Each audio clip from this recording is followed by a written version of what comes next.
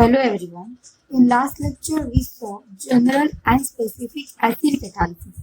In this lecture we will start general and specific base catalysis. तो मैंने आपको last lecture में ही कहा था कि जनरल और स्पेसिफिक में डिफरेंस क्या होता है. मेजर डिफरेंस क्या होता है, कोई भी अगर जनरल रिएक्शन भले ही वो एसिड कैटालिसिस हो या बेसिक कैटालिसिस, अगर जनरल टाइप है, जनरल वाला टाइप है, तो उसमें क्या होगा, सिंपली एनी एसिड. और अब अगर हम बेस कैटालिसिस की बात कर रहे हैं तो any base can catalyse the reaction. फिर चाहे वो स्ट्रॉन्ग हो वीक हो, उससे कोई फर्क नहीं पड़ेगा. देखो स्ट्रॉन्ग बेस तो हमेशा ही काम करेगा, नो डाउट, लेकिन जब वीक बेस भी होगा तब भी जनरल एसिड कैटालिसिस में वो जनरल बेस कैटालिसिस में वो रिएक्शन हो जाएगा. इसीलिए उसे हम कहते हैं general base catalysis. Specific base catalysis में क्या होगा, स्पेसिफिक बेस कैटालिसिस में ये होगा कि ओनली स्ट्रॉन्ग या फिर स्पेसिफिक, ओनली स्ट्रॉन्ग और specific base acts as catalyst. इसका मतलब क्या हुआ, अगर अपने रिएक्शन मिक्सचर में वीक बेस है और हमने रिएक्शन स्टार्ट कर दी तो रिएक्शन या तो कंप्लीशन पे जाएगी नहीं, और जाएगी तो भी कैटालिसिस नहीं होगा. इसका मतलब जो नॉर्मल रिएक्शन रेट था उसी रेट पे होगी, उस कैटालिस्ट का उसमें कोई रोल नहीं होगा. लेकिन अगर हम उसी की एक स्ट्रॉन्ग बेस को ही यूज करेंगे स्पेसिफिकली, तभी उस रिएक्शन में कैटालिसिस का इफेक्ट दिखेगा और रिएक्शन का रेट इंक्रीज होगा. कब, स्पेसिफिक बेस कैटालिसिस में. और जनरल में क्या होगा, जनरल में तो जनरली इसका मतलब क्या, अगर वीक अगर हम बेस यूज करेंगे तो भी रिएक्शन फास्ट हो रहा है. स्ट्रॉन्ग से तो होगा ही, स्ट्रॉन्ग बेस का काम ही वही होगा, लेकिन वीक बेस के कंपेयर मतलब वीक बेस के प्रेजेंस में भी रिएक्शन होगा.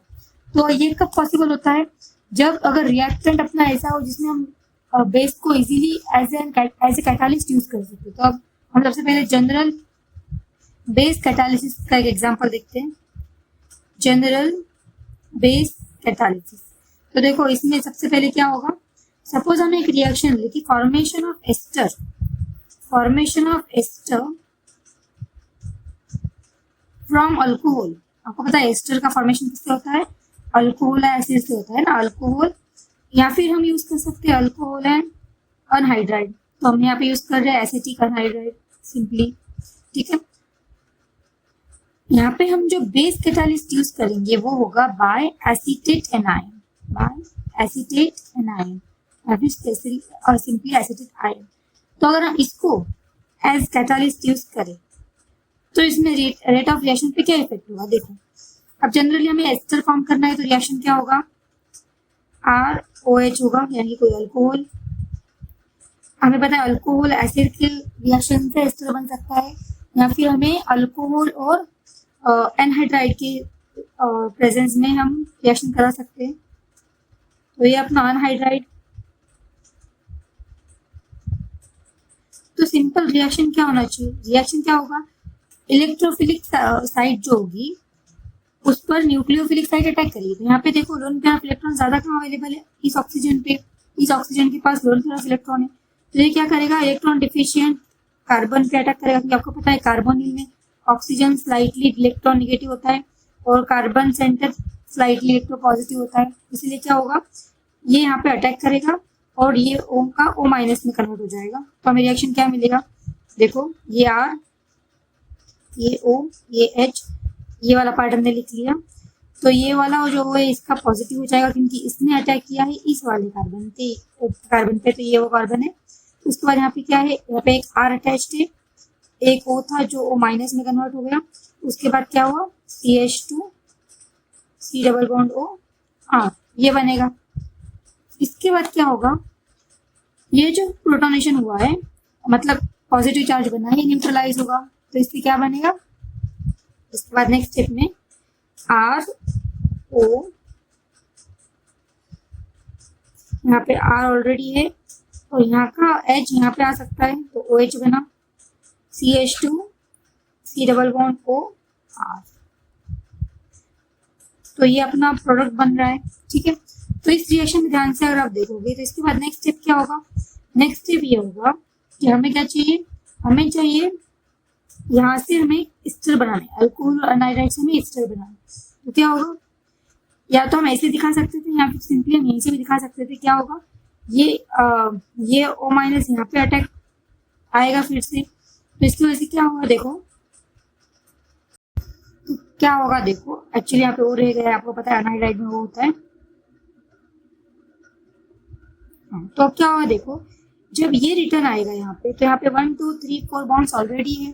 अगर ये रिटर्न आएगा तो 5th बॉन्ड होगा, तो एक बॉन्ड ब्रेक होना चाहिए, तो वो बॉन्ड ये ब्रेक होगा। तो इसके बाद क्या मिलेगा हमें मिलेगा R, ये वाला O, ये वाला C जिस पर डबल बॉन्ड O, और ये वाला जो R है मैंने ऐसे लिख दिया, प्लस क्या बना R C double bond O, और ये O माइनस बना। तो ये अपना सिंपल रिएक्शन है, ठीक है। तो अब इस रिएक्शन, ये नॉर्मल रिएक्शन हो गया। अगर हम कैटालिस्ट यूज करें तो क्या होगा, अगर हम इस पे कोई वीक कैटालिस्ट यूज करें, वीक बेस को ऐसे कैटालिस्ट यूज करें, तो आपको पता है वीक बेस कौन सा होगा, जो बेस इजीली इलेक्ट्रॉन डेंसिटी को डोनेट नहीं कर सकता, वो होगा वीक बेस।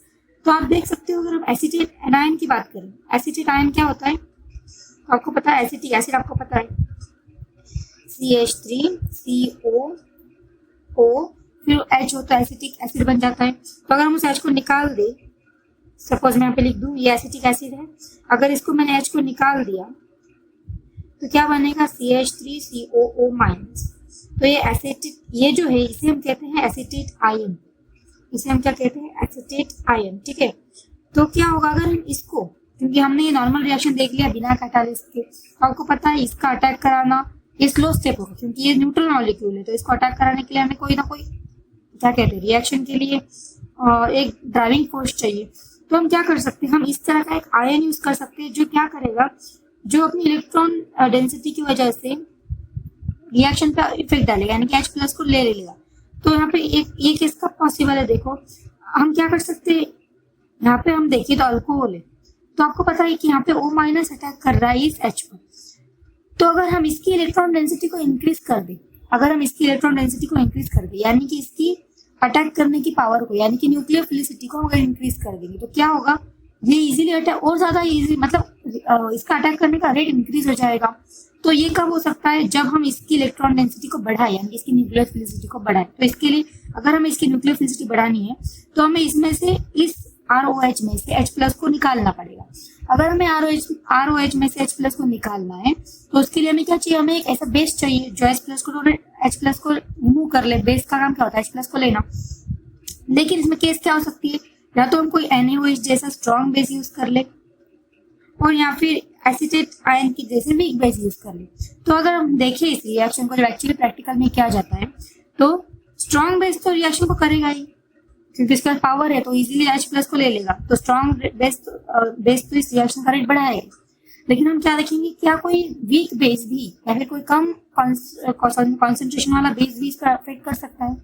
तो जब हमने एसिटिक आयन को इस पर यूज किया, तो ये वाला जो मान, आपको पता है कि एसिटिक आयन में जो ये नेगेटिव चार्ज है, ये दोनों ऑक्सीजन पर डिलोकलाइज होता है। इसका मतलब ये वीक बेस हो गया, क्योंकि easily a lone pair of electrons available नहीं होते।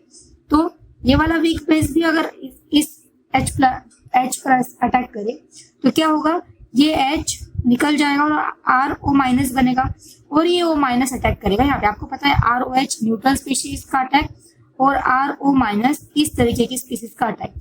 तो ऑब्वियसली ये वाली स्पीशीज का अटैक ज्यादा फास्ट होगा, क्योंकि यहाँ पे एनायन है जो और स्टेबलाइज होना चाहता है।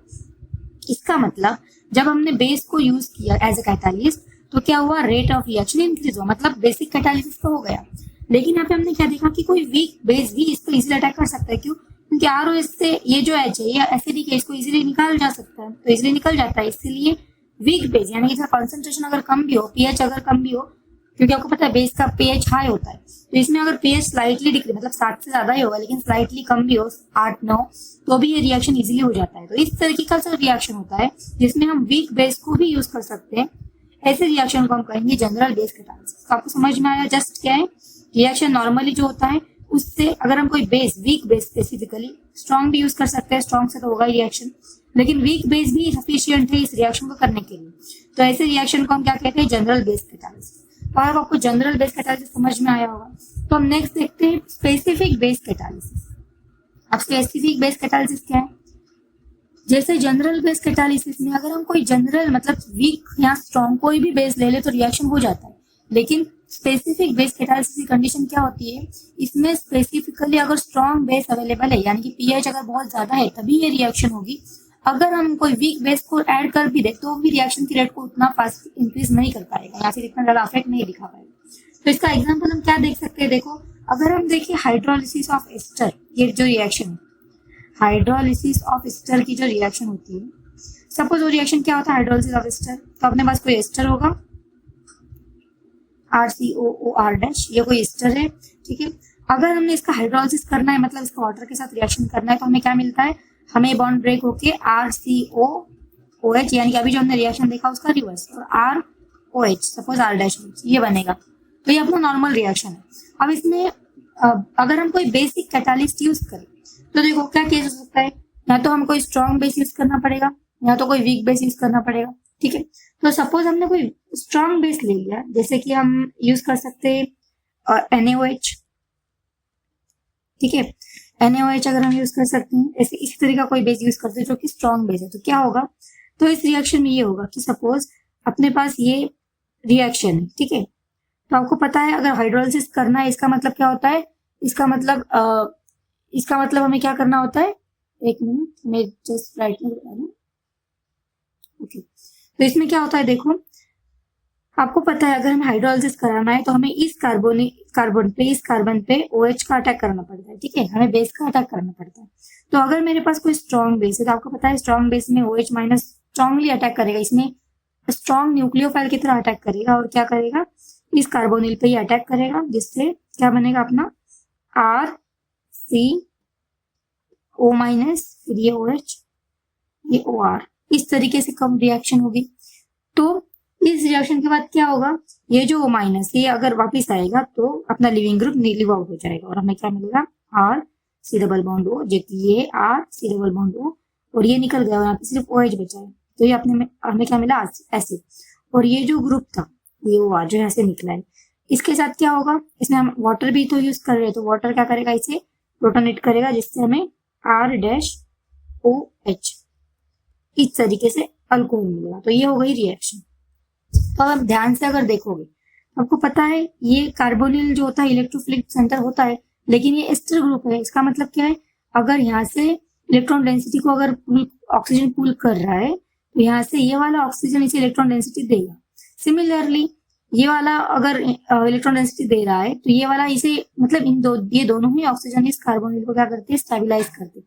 इसलिए इस कार्बोनिल की इलेक्ट्रॉन डिफिशियंसी जो है यानी कि पॉजिटिव चार्ज कैरेक्टर जो है वो एसिड और अपने कीटोन और अल्डिहाइड के केस में इसमें कम इलेक्ट्रॉन डिफिशियंसी होती है। जैसे कि ये देखो अगर हम इस तरीके से लिखें और इसको हम इस तरीके से लिखें, ठीक है, तो ये कीटोन है ये एस्टर है। तो देखो यहाँ पे क्या होता है, अगर इसने यहाँ से चार्ज ले लिया तो इसका क्या बनेगा, इसका इस तरीके से बनेगा जो कि O माइनस होगा ये प्लस। तो यहाँ पे पॉजिटिव चार्ज है जिसके लिए सिर्फ 2 R ग्रुप्स अटैच्ड है। यहाँ पे क्या होगा देखो, अगर सपोज इसने ले लिया इलेक्ट्रॉन डेंसिटी को तो यहाँ पे ऑक्सीजन ऑलरेडी प्रेजेंट है, ये अपना इलेक्ट्रॉन रेजोनेंस यहाँ पे दे सकता है। तो जैसे ही इस ऑक्सीजन ने इलेक्ट्रॉन डेंसिटी को खींच लिया ये वाला यहाँ पे दे सकता है जिसमें यहाँ पे निगेटिव और यहाँ पे पॉजिटिव है। अब ये पॉजिटिव है तो ये खींचेगा तो फिर से ये देगा, फिर से यही बनेगा। इसका मतलब इस पर जो पॉजिटिव चार्ज है वो स्लाइटली कम है एज कम्पेयर टू दिस। तो इसीलिए इस पर अटैक करने के लिए हमें चाहिए स्ट्रॉन्ग बेस या फिर स्ट्रॉन्ग न्यूक्लियोफाइल, ठीक है, हमें स्ट्रॉन्ग अटैक करने वाली स्पीशीज चाहिए। तो इसीलिए अगर हम सिंपली अगर हमने जैसे इस वाली रिएक्शन यूज किया था एसिटेट एनायन, वैसे अगर हम यहाँ पे यूज करेंगे तो वो इतना इजीली इस पर अटैक नहीं कर पाएगा। लेकिन वही हम अगर कोई स्ट्रॉन्ग बेस यूज कर रहे हैं, कोई स्ट्रॉन्ग बेस ही सिर्फ पर्टिकुलरली यूज कर रहे हैं, तभी क्या होगा, तभी ये रिएक्शन का रेट इंक्रीज होगा, फास्ट होगा। तो इस तरीके का रिएक्शन जिसमें सिर्फ स्ट्रॉन्ग बेस ही एफिशिएंट है और वीक बेस उस रिएक्शन का रेट नहीं इंक्रीज कर सकता, ऐसे रिएक्शन को कहते हैं स्पेसिफिक बेस कैटालिसिस। तो आपको इतना समझ में आया होगा। तो इनकी कैरेक्टरिस्टिक्स हम क्या लिख सकते हैं, देखो अगर स्पेसिफिक एसिड कैटालिसिस है, सॉरी जनरल बेस कैटालिसिस, हम सबसे पहले जनरल बेस कैटालिसिस की बात करते हैं। अगर जनरल बेस कैटालिसिस है तो हमने क्या क्या देखा, तो इसमें सबसे पहले catalysis can be done by catalysis can take place, यानी कि रेट ऑफ रिएक्शन इंक्रीज हो सकता है कैटालिसिस यूज करके। कब?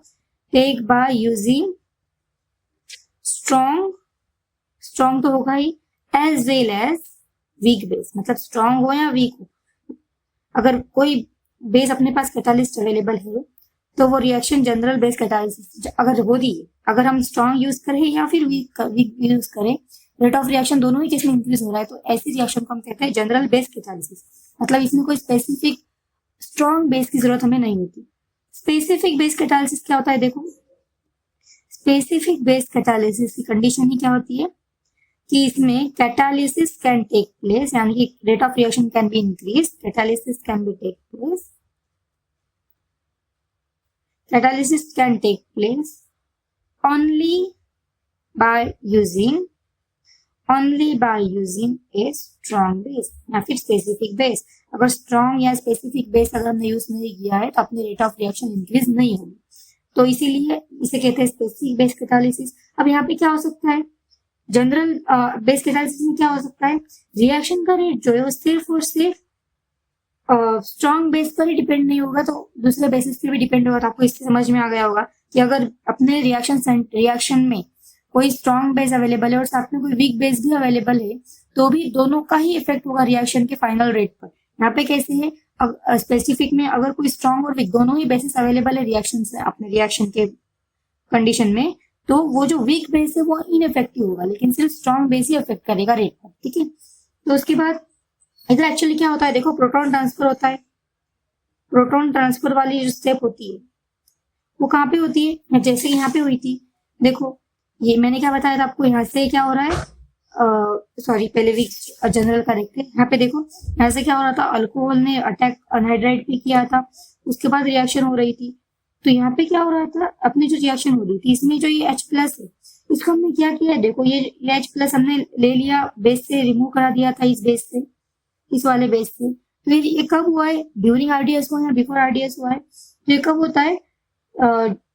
बिफोर आरडीएस कंप्लीट नहीं होता, ड्यूरिंग द आरडीएस, क्योंकि आपको होता है ये वाली रेट डिटरमाइनिंग स्टेप है, जो फर्स्ट स्टेप है। ठीक है, तो ये वाली स्टेप के दौरान ही ये हो रहा है। इसका मतलब इसके आरडीएस में ये वाली स्पीशीज अनहाइड्राइड प्रेजेंट है, अल्कोहल प्रेजेंट है, और साथ ही तभी ये जो वीक बेस है उसी वक्त यहाँ पे प्रेजेंट है। ठीक है, तो इसका मतलब क्या है? प्रोटॉन ट्रांसफर जो होता है, प्रोटॉन ट्रांसफर